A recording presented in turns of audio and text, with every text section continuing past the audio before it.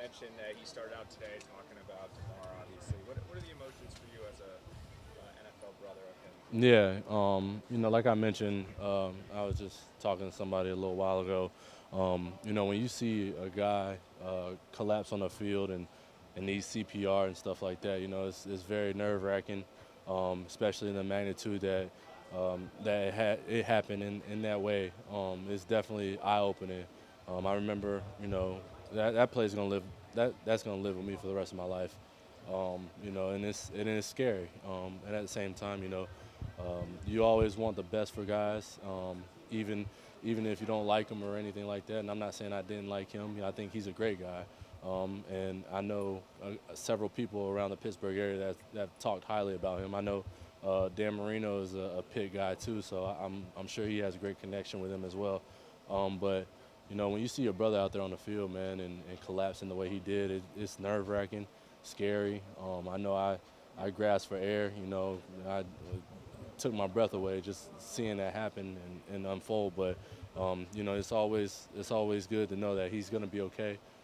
Right now in this instant, that's about the only information that they're giving us, that he is improving and he's doing his part, and all we can do is just pray and let God take the wheel. So I know that's kind of the thing that you want to see and you want to hear, but that's all we can do right now. When you see something like that, how do you balance your love for football and knowing how dangerous at the same time this game can be? Yeah, that's a great question because I had that same instant happen with Tua early on in the season, and I mean that play's gonna stick with me for the rest of my life as well. Is just seeing how he responded and the way it happened and all that stuff, man. And those things they can haunt you, but as a player, you do.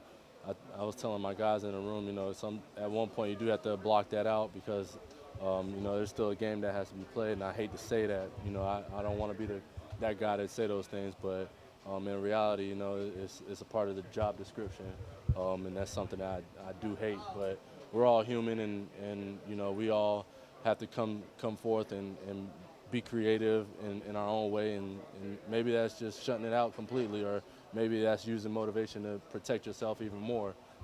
Who's to say, as a player, what you can and can't do? But I will say that, for me, I'm going to definitely be more cautious on the approach to the game, and also be generous to the game, and be, very, very much cognitive and responsive of what's going on around me.